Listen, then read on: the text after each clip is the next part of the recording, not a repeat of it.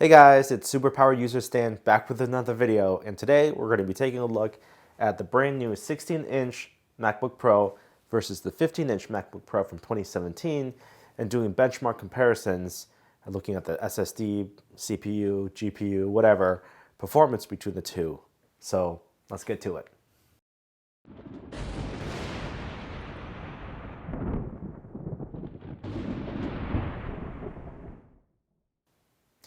All right, so on your left here, I've got the 2017 15-inch MacBook Pro that has a i7 quad-core 2.9 gigahertz base, 3.9 gigahertz boost, i7 processor.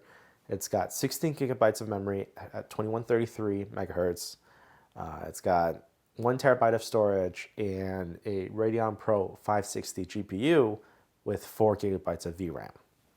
On the right here, the 16-inch has a Core i9 8-core processor that's rated for 2.4 gigahertz space, 5 gigahertz boost, 32 gigabytes of 2667 memory, 2 terabytes of storage, and a Radeon Pro 5500M GPU with 8 gigabytes of VRAM.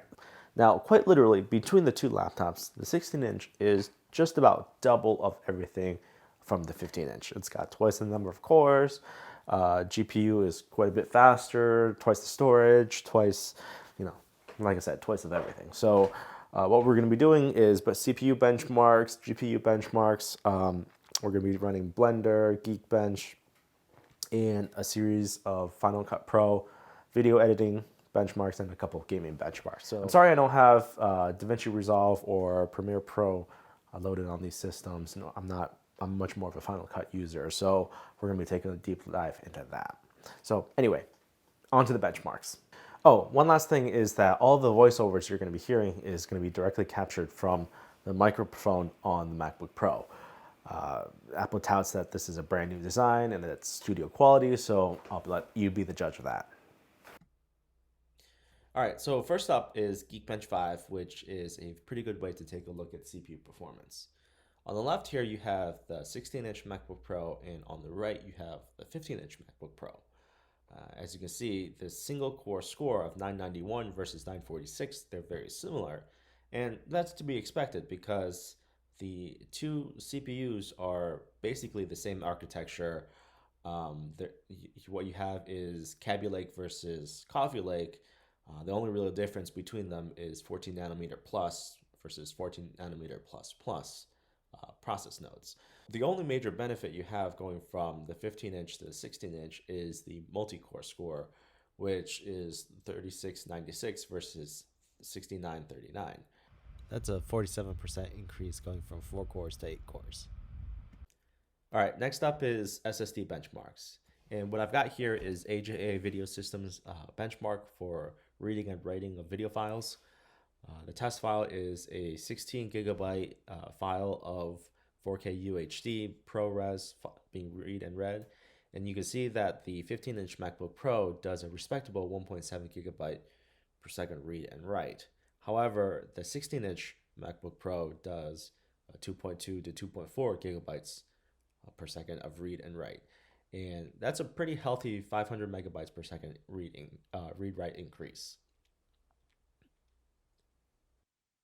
All right, now next up is Final Cut Pro ProRes exports. Again, I've got 16-inch on the left, 15-inch on the right. The source files were H.264 4K video files being rendered and exported. In fact, this was actually a project of the previous video that I uploaded on YouTube. Right off the bat, you can see that the cores and all the threads on the 16-inch are being properly loaded up with a little bit of usage of the integrated graphics. However, there's almost no usage on the dedicated GPU on the 16-inch. On the flip side, the 15-inch, however, of course, has all 8 threads loaded up, a little bit of usage on the integrated graphics, and a little bit of usage on the 560 Pro dedicated GPU. Now, what we can't see is the usage on the T2 encoding chip, and that's probably what is being utilized right now instead of the dedicated GPU. Now, as expected, if you can properly load up the CPU, you have a major performance increase, going from 17 minutes and 30 seconds down to 9 minutes and 34 seconds. And that's almost a 46% performance increase. All right, next up is also a Final Cut Pro project, but this time it's an export of H.264. And the reason why I'm showing this is because the performance is quite a bit different. For some reason, the iGPU is being loaded up quite a bit more, and this is probably due to the program using Intel QuickSync for the H.264 export.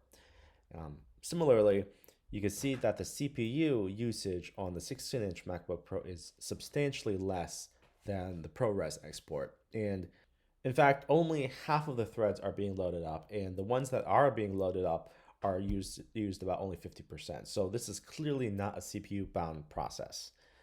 Now, again, the 16-inch MacBook Pro barely touches the deep dedicated GPUs, so my only conclusion is that we're utilizing Intel QuickSync along with a T2 chip. On the right-hand side here, you can see all 8 threads of the 4-core processor being loaded up a little bit more, but again, still not completely maxed out. And you can see the QuickSync being basically pegged out, and only a little bit of usage on the 560 Pro.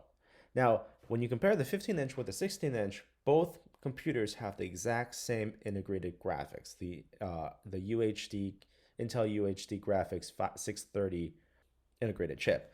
If that is the benchmark, if that is the bottleneck, then you're not going to get all that difference of a performance. And indeed, and in the end, what you have is a 25-minute, 54-second export on the 15-inch, and only about 4-minute reduction to 21 minutes and 14 seconds on the 16-inch, or a 19% increase in performance. I've seen a lot of comparisons and discussion about how great the GPU is, but clearly, as you can see in this benchmark, there is very little usage of GPU in Final Cut Pro exports for H.264 on the new system. Now, I've also thrown in BrewSex just for comparison's sake, and you can see that the 16-inch MacBook Pro is able to render this out in astonishing quick 13 seconds compared to the 2017 15-inch.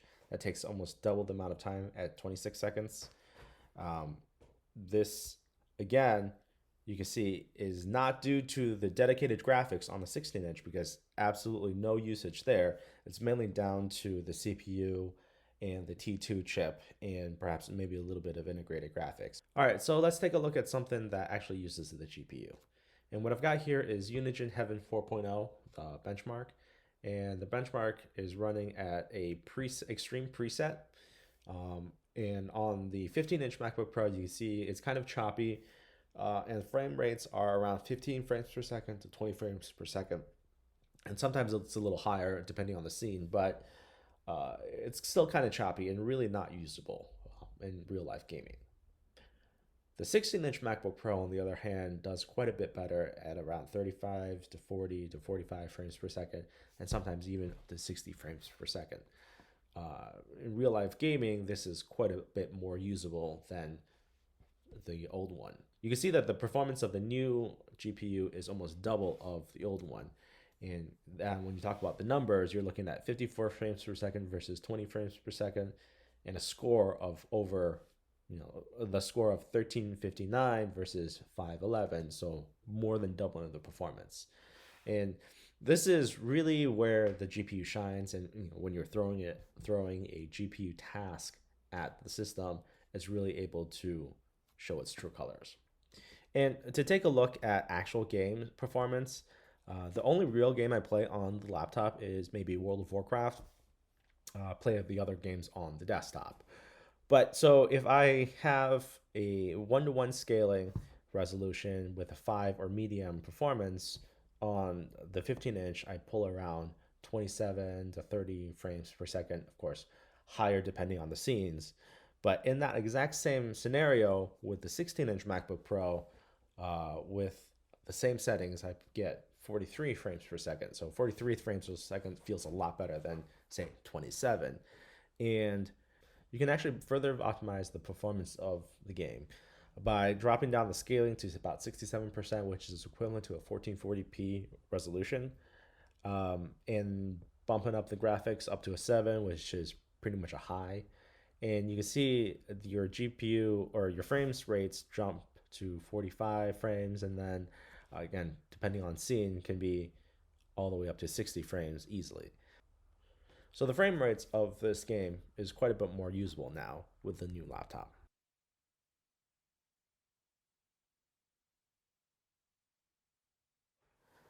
All right, to sum up the performance benchmarks, the 16-inch MacBook Pro is pretty much everything that we really want it to be. It's just about twice as fast as the 15-inch in the CPU benchmarks, especially the multi-threaded applications and multi-threaded benchmarks. Now, one interesting thing I did want to reiterate was the performance of Final Cut Pro and how heavily dependent on your type of workflow that you use. Because as you can see, the ProRes properly loaded up all the CPU cores, and you're able to get almost twice the benefit out of it. However, if you use quite a bit of H.264, for example, because it seems like Final Cut Pro uses both the T2 chip for video encoding for H.264 and Intel QuickSync, and it really doesn't utilize the GPU all that much, or at least on the 16-inch at the moment, it doesn't utilize the GPU all that much, maybe for stabilization and for a few of those rendering things, but for the most part, it leaves it alone. The performance gain isn't all that much. And one more thing to consider is that just about all of the 2018 MacBook Pros and Macs and 2019, even the 15-inch, have T2 chips. They're identical. And that if you go all the way back to 2017, the 2017 MacBook Pros have the same iGPU or integrated GPU, exact same QuickSync.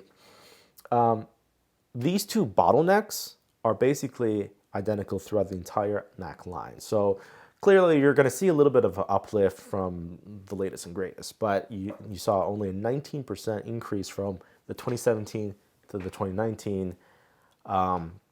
And I would imagine every other laptop in between is even a smaller increase. So I guess what I'm trying to say is if you are using H.264 as your main edit and you use Final Cut Pro, then perhaps a base 2019 16-inch MacBook Pro with a 6-core and the 530M GPU is plenty if that is your workflow. Just something to think about. All that said, I'm still really happy with the current configuration I've got here with the 16-inch MacBook Pro. I'm going to probably be keeping it for the next couple of years or until Apple comes out with the next latest and greatest. So considering, probably mid-2020, Apple's going to come out with a new laptop that's most likely going to be the 10-core Intel 10 i7 or i9 10-core, and then it's probably going to get Intel Wi-Fi AC or Wi-Fi 6. So those are probably the two big main upgrades that we're going to be seeing in 2020, which is the Wi-Fi 6 and 10-core, 2 more cores than the 8. But other than that, I really don't see them actually adding that too many things in the next couple of years. Just small incremental upgrades. But we'll have to see. Apple might pull the rabbit out of the hat and wow us again. I don't know. Anyway, if you found this video useful or if this video helped your purchasing decisions, make sure to hit that like button and perhaps consider subscribing for future tech videos. We'll see you in the next one.